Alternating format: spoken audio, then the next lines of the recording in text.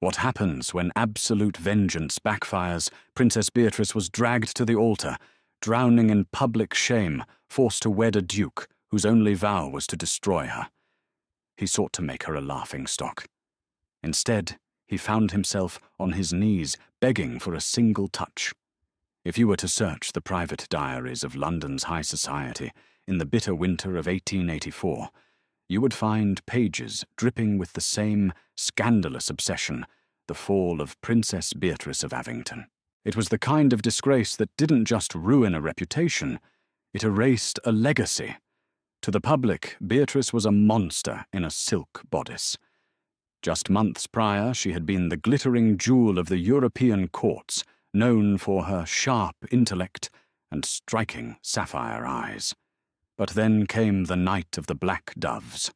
A bundle of highly classified military routes, documents explicitly mapping the Royal Navy's vulnerable supply lines, were intercepted en route to the Russian Empire. The letters bore Beatrice's personal wax seal. More damning still, they were found in the carriage of her closest confidant. Overnight, the beloved princess became the traitor of Mayfair. Her fiancé, the cowardly Lord Thomas Seymour, publicly broke their engagement and fled to Paris, leaving her to face the wolves. Her father, desperate to save his own throne from a revolution spurred by the treasonous scandal, did the unthinkable. He officially stripped Beatrice of her royal prefix, declared her a ward of the state, and banished her to England. But banishment was not enough for the Duke of Pembroke. Alistair Rothschild, the Duke of Pembroke, was a man carved from cold marble and military discipline. A fiercely decorated war hero, Alistair, was also the older brother of Captain Henry Rothschild, a young naval officer who had died at sea just weeks after the leaked documents had reached foreign hands. To Alistair, Beatrice was not merely a political scapegoat. She was the murderer of his blood. When the Avington crown sought a quiet, permanent exile for Beatrice, Alistair stepped out of the shadows of the House of Lords. He did not offer mercy. He offered a transaction. He would absorb the massive debts her father had accrued during the war, and in exchange, Beatrice would become his wife. High society gasped. A duke marrying a disgraced, title-stripped princess. It was social suicide. But Alistair's motive was not matrimony. It was an elaborate, lifelong execution. He wanted her in his home, so he could make her suffer every single day for the rest of her life. The wedding at St. George's, Hanover Square, was a spectacle of cruelty.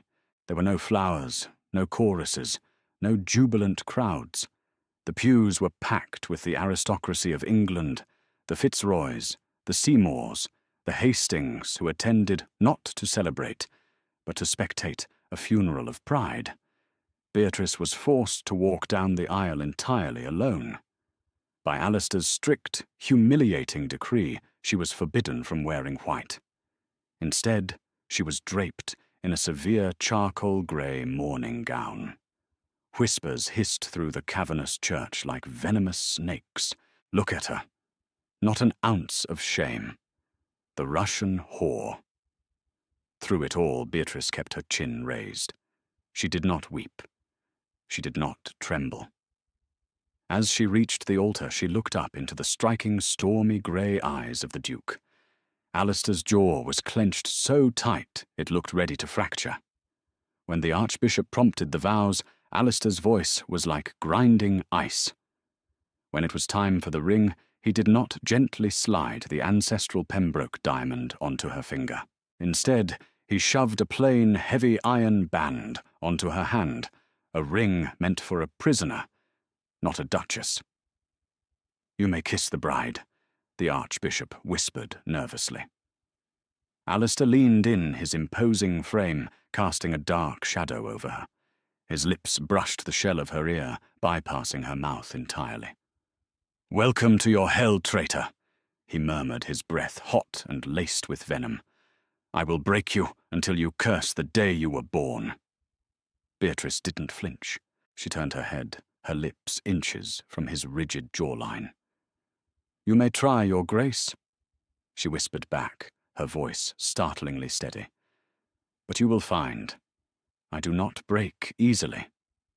Pembroke Manor in Yorkshire was a sprawling Gothic fortress, surrounded by jagged cliffs and moors that howled with the wind. It was not a home, it was a fortress, and for Beatrice it was designed to be a tomb. Upon their arrival, Alistair immediately established the rules of her imprisonment. She was denied access to the main living quarters, the grand library, and the drawing rooms. Instead, she was banished to the East Wing, a notoriously draughty, unheated corridor where disgraced servants were historically sent to freeze. Her wardrobe was stripped of silks and velvets, replaced with coarse wools. Alistair instructed the staff, led by the iron-willed housekeeper, Mrs. Croft, to treat Beatrice not as the Duchess of Pembroke, but as a lower-class servant. She was to take her meals in her room, alone, eating whatever scraps the kitchen deemed sufficient. Alistair waited for the tears. He waited for the pleas for forgiveness, for the moment the pampered princess would crawl to his study and beg for a warm fire and a piece of fresh bread. A week passed, then a month. The begging never came. Instead of wilting in the damp cold, Beatrice survived with infuriating dignity. She woke at dawn, using the freezing water in her basin to wash without complaint. When she was given mending tasks meant to demean her, she completed them with flawless precision. She spoke to the cruel servants with unsettling politeness, never raising her voice, never showing a crack in her armor. Her quiet resilience began to unnerve the estate. One freezing evening, Mrs. Croft brought Beatrice her dinner, a bowl of tepid, watered-down stew. The housekeeper expected anger. Instead, Beatrice looked up from the table, shivering beneath a thin shawl, and said, "Thank you, Mrs. Croft. The kitchens must be terribly busy tonight. Please ensure the scullery maids get the warmest spots by the hearth. This wind is unforgiving."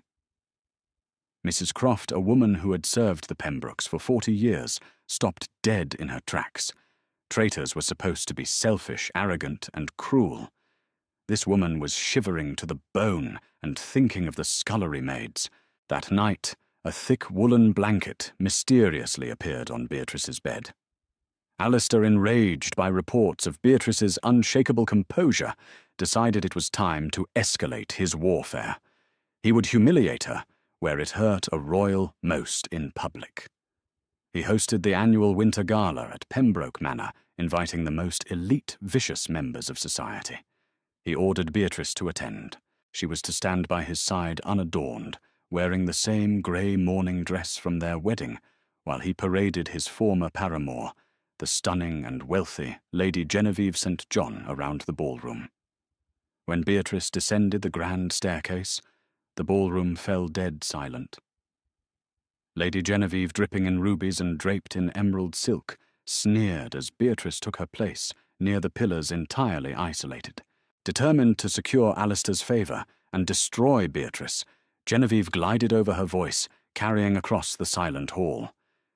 "My goodness, Beatrice," Genevieve purred, intentionally dropping her title. "Are we rationing fabrics now? Or is it simply that one's wardrobe reflects the poverty of one's morals? Tell us, do the Russians pay so poorly these days?" The room collectively held its breath. Alistair watched from across the hall, a glass of bourbon tight in his grip. He expected Beatrice to run away, crying. He wanted her to. Instead, Beatrice offered a serene, almost pitying smile. She stepped forward, her posture so effortlessly regal that Genevieve instinctively stepped back. "Lady Genevieve." Beatrice's voice rang out like crystal clear, melodious and devastating. "I wear grey in mourning for the manners this country seems to have lost. Though looking at your gown, I see you have chosen to drape yourself in the curtains of a cheap theatre. How resourceful of you to support the local arts." A few gentlemen in the back stifled a cough to hide their laughter. Genevieve's face flushed a violent crimson. "You insolent little traitor!" Genevieve hissed, raising a hand as if to strike her. Before the blow could land, a massive hand caught Genevieve's wrist mid-air. It was Alistair. The Duke's eyes were blazing, but not at Beatrice. He looked at Genevieve with a terrifying coldness. "Do not cause a scene in my home, Genevieve. Step away." As Genevieve retreated in humiliation, Alistair turned to Beatrice. Her sapphire eyes met his stormy grey ones.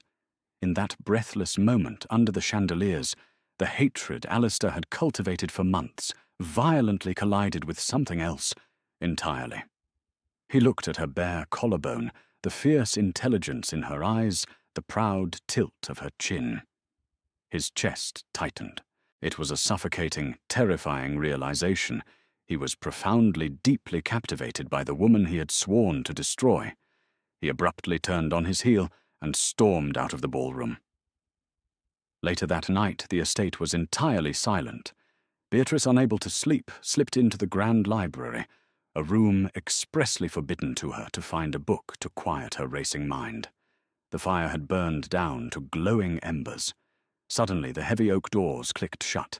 The lock turned. Alistair stepped out of the shadows. He had shed his formal coat. His white shirt was unbuttoned at the collar, his hair tousled. He looked dangerous. "You were forbidden from this room," he said, his voice a low, gravelly rumble that sent a shiver down her spine. "I was looking for a history text," she replied, keeping her voice even as she backed against one of the massive leather armchairs. "I will leave. You will stay right there," he commanded, closing the distance between them with predatory speed. He trapped her against the bookshelves, placing a heavy hand on the wood on either side of her head. He was so close she could smell the bourbon on his breath and the crisp masculine scent of cedar and rain. He stared down at her, his eyes tracing the soft curve of her lips, the pulse beating frantically at her throat. He wanted to shake her. He wanted to break her. But God help him, more than anything, he wanted to press his mouth to hers and consume her. "How do you do it?" he whispered roughly, his gaze dropping to her mouth. "How do you stand in a room of people who despise you wearing rags and still look like a queen?" "Because you can strip my title, your grace," she breathed, refusing to look away. "But you cannot strip my blood. I am innocent, and you are merely a bully in a tailored coat." His jaw flexed. The space between them was electric, thick with a tension that felt ready to ignite and burn the entire manor to the ground. Slowly, involuntarily, Alistair leaned in his lips, mere millimeters from hers. Beatrice's breath hitched. She didn't pull away. But before he could close the maddening distance, Beatrice's elbow knocked against a stack of ledgers on the shelf. The books tumbled to the floor. From between the pages of a hollowed-out legal text, a sealed letter fell perfectly at Alistair's boots. It bore the unmistakable unbroken wax crest of the Russian Imperial Navy, and the handwriting on the envelope was not Beatrice's. It was Alistair's dead brother's.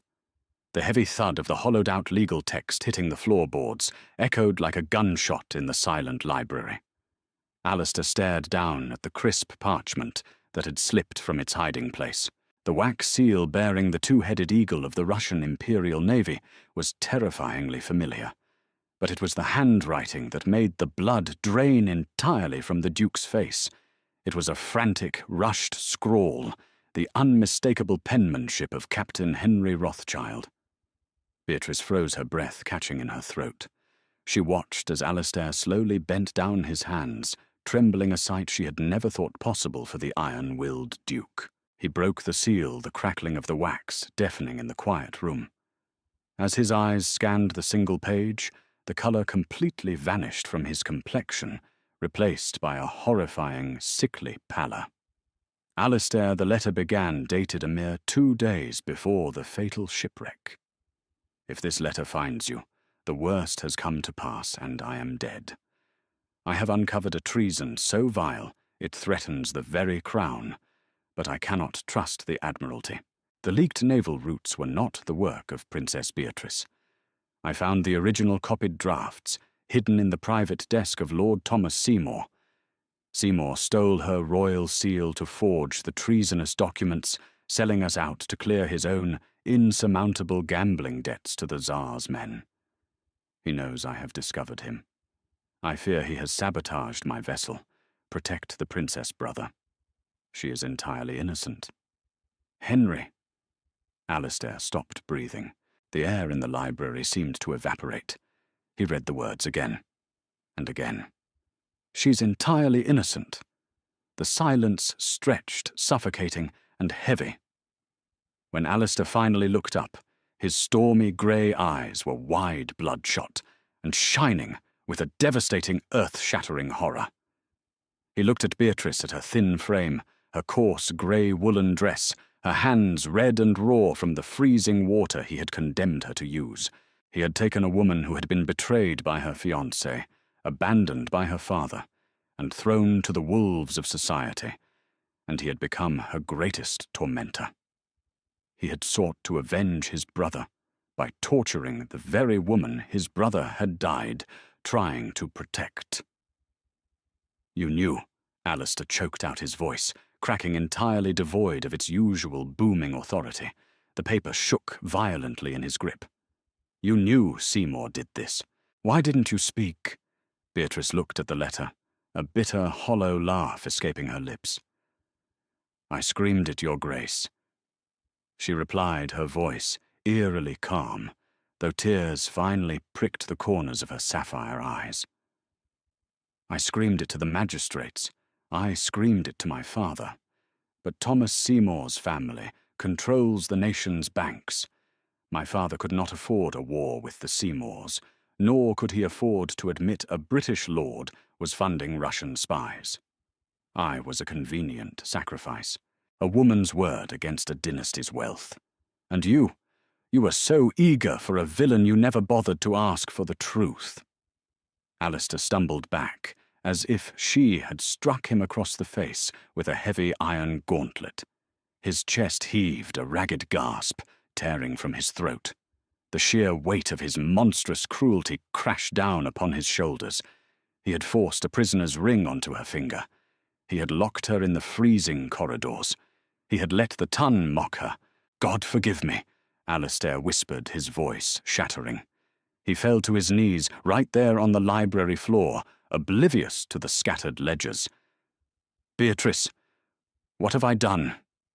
You did exactly what you promised at the altar, she answered, coldly stepping around him. You made this my hell, and now I would like to go to sleep. The next morning, Pembroke Manor was thrown into absolute panicked chaos. Before the sun had even crested the moors, the Duke summoned the entire household staff into the grand foyer. He looked like a man who hadn't slept in a decade. His cravat was missing, his hair was wild, and his eyes burned with a dangerous, frantic energy. Standing before the terrified servants, Alistair issued a series of uncompromising mandates that overturned the estate's cruel regime in seconds. Immediate relocation. The Duchess was to be moved from the drafty East Wing into the master suite immediately. The fires were to be stoked day and night until the rooms were like a summer garden. Total restoration of status. Anyone who addressed Beatrice without the utmost deference, or who looked at her with anything less than absolute respect, would be dismissed without a reference. Culinary excellence. The kitchens were ordered to prepare only the finest meals. The scraps and watered-down stews were to be thrown to the hounds. A complete wardrobe. Dressmakers from London were summoned via emergency telegraph to arrive by nightfall, instructed to bring only their finest silks, velvets, and furs. Mrs. Croft nodded, vigorously, secretly relieved, and immediately set the staff to work. But when Alistair tentatively approached the East Wing to personally escort Beatrice to her new chambers, he found the heavy oak door locked from the inside. Beatrice, he called out softly, resting his forehead against the cold wood. Please, let me move you to a warm room. Let me make this right. The door remains locked. Alistair, her voice drifted through the timber, muffled but firm. You cannot buy my forgiveness with velvet and warm fires. I survived your hatred just fine. I do not want your pity. He stood outside her door for hours, entirely paralyzed by the consequences of his own blind vengeance. He realized then that apologizing was utterly useless. A man who had systematically destroyed a woman's dignity could not simply mend it with a warm bed and a groveling plea. If he wanted even a fraction of a chance to see her look at him without ice in her eyes, he didn't need to give her a better room. He needed to give her back the world. Alistair Rothschild vanished from Yorkshire that very afternoon. He rode straight for London, leaving strict instructions that the Duchess was to be treated as the absolute sovereign of the estate in his absence. Armed with his brother's final letter and the immense terrifying power of the Pembroke fortune, Alistair waged a silent, ruthless war. His target was Paris, where Lord Thomas Seymour was currently parading through the salons of the French elite, spending his blood money. Alistair did not use the authorities. He did not trust the diplomatic red tape that had failed Beatrice in the first place. Instead, he used his own private network of veterans mercenaries and high society spies. Within a fortnight, the glittering facade of Seymour's Parisian exile was violently shattered. Alistair cornered the cowardly lord in a lavish underground baccarat parlour. The room fell dead silent as the towering, furious Duke of Pembroke kicked the mahogany doors open. Seymour, clutching a glass of champagne, turned pale as a sheet. "Lord Seymour." Alistair announced, his voice a lethal low rumble that commanded the absolute attention of every European aristocrat in the room. He slammed Henry's letter onto the green baize of the gambling table. "You have a debt to pay, not to the Tsar, but to my wife." Alistair dragged Thomas Seymour back across the English Channel by the collar of his tailored coats. He did not grant him the dignity of a private tribunal. He dragged him straight onto the floor of the House of Lords, throwing the screaming, weeping coward before the magistrates, the Prime Minister, and the King himself.